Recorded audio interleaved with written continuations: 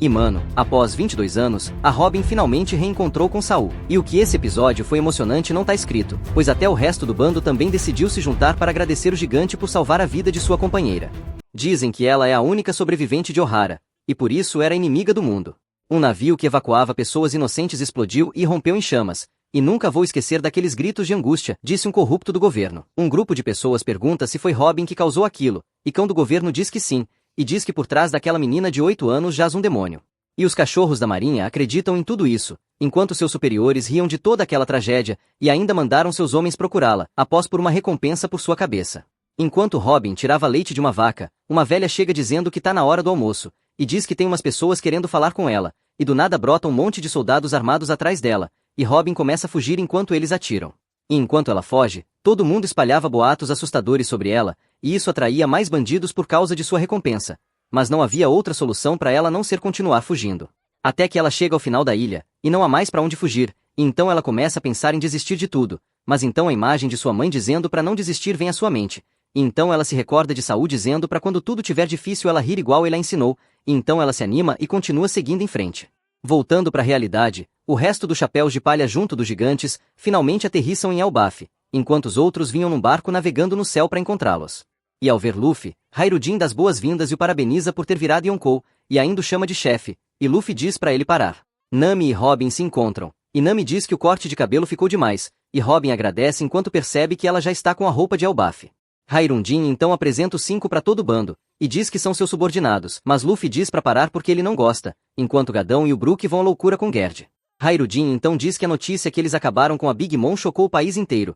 O Zop pergunta por quê, e os gigantes dizem que eram amigos dela mas ela fez algo imperdoável para Elbaf. De repente Dory diz para eles pararem de papo furado e ir pro bar fazer a festa. Enquanto eles passam todos os gigantes dão boas-vindas a eles, então eles vão animados pro bar, até que Robin chama Luffy para falar algo. E enquanto eles navegam no céu, Robin diz que podia ter ido sozinha, mas Luffy recusa, e o bando todo diz que não vai atrapalhar e que eles também querem ver, e Gerd diz que Saul quer mostrar a biblioteca para Robin, e Robin agradece Gerd por levar eles, e ela fica toda sem jeito com o elogio. De repente Luffy diz que é dever do capitão agradecer alguém que salvou a vida de algum membro do bando, e ela rindo pergunta onde ele aprendeu isso. Os gigantes dizem que enquanto eles vão até o Saul, eles vão preparando o alce. E do nada o Zop pergunta se os guerreiros também estudam, e Gerd diz que Saul lê todos os livros e os ensinam depois, enquanto isso Robin não via a hora de encontrar ele. E após a galera chegar lá e finalmente ver o mar, Gerd diz que a areia de lá na verdade era madeira fossilizada e não existia mar de verdade, mas as cachoeiras eram tão grandes que criavam ondas. E bem na beira da água estava a gigante biblioteca da coruja. E todo animado Luffy diz que vai encontrar o gigante, mas Nami o puxa, e o pressionando contra o chão diz que o encontra é da Robin, e Robin avança e começa a se lembrar de Saul.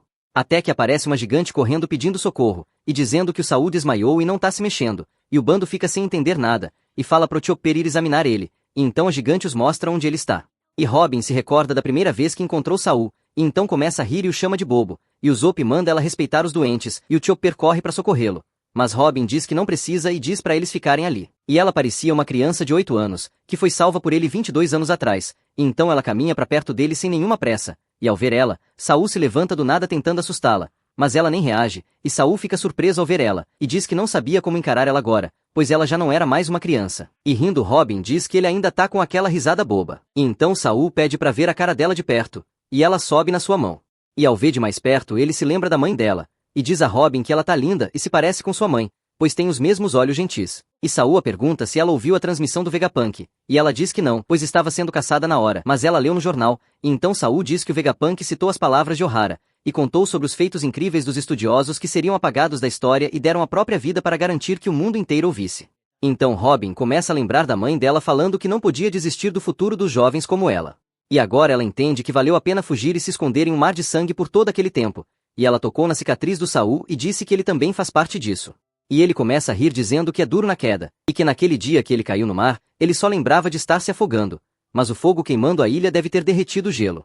E só depois que ele soube que ela conseguiu fugir, mas o povo só dizia coisas ruins sobre ela.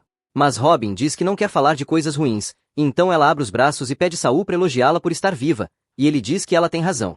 E então ele puxa ela para abraçá-la, e quase a esmaga ela todinha. E então ele diz que está muito orgulhoso por ela estar viva, e agradece ela por ir ver ele. E ela se lembra de quando chorava e perguntava para sua mãe por que ela tinha que viver, e da vez que Saul disse que o mar é vasto, e um dia ela vai encontrar companheiros que vão protegê-la, e que ninguém nasceu neste mundo para ficar sozinho. E ela começa a se lembrar de todos os momentos que passou com seus preciosos companheiros, que se arriscaram milhares de vezes para proteger ela, e que valeu a pena suportar todo aquele sofrimento. E ela chora dizendo que sentiu a falta dele, e Saul também chora a beça e diz que também sentiu muita saudade dela. E os chapéus de palha também começam a chorar igual crianças. Já Luffy sorria, porque um momento como este devia ser lembrado com alegria. E o episódio acaba. Se você gostou, deixa o like e se inscreva no canal para não perder o próximo episódio.